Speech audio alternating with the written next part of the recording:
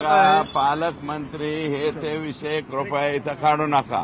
संतोष देशमुख आणि त्याचा झालेला अमानवीय खून याच्यावरतीच प्रश्न विचारा।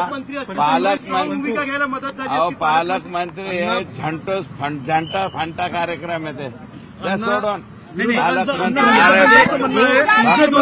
पालकमंत्री पदाच्या बाबतीत मागणी मी ही केलेली आहे की विशेष बाब म्हणून आदरणीय देवेंद्रजी फडणवीस साहेब यांनी आमच्या जिल्ह्याचं पालकत्व स्वीकारावं, पालकमंत्रीपद स्वीकारावं।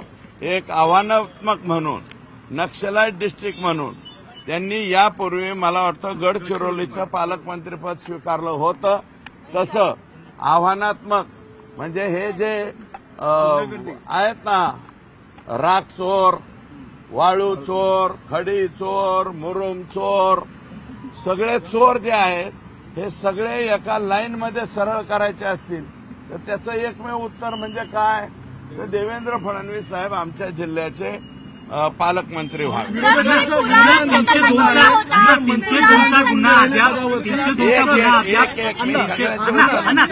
चार जण बोलल्यावर काय बोलू शकतो?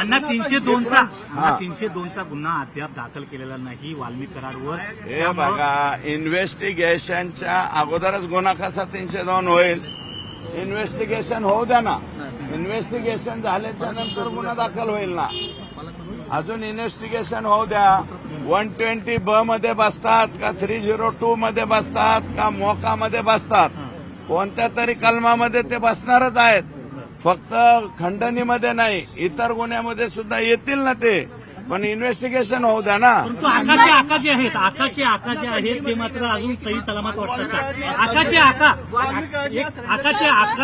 तुमचा एक घेतला लास्ट प्रश्न। आकाचे आहेत ते मात्र सही सलामत दिसत आहेत, अजून देखील बाहेर आहेत, मंत्रीपद अजून देखील मंत्रिपदावर आहेत। आकांवरती मी बोललेलो नाही, त्यांच्या पक्षाचे मंत्री बोललेले आहेत।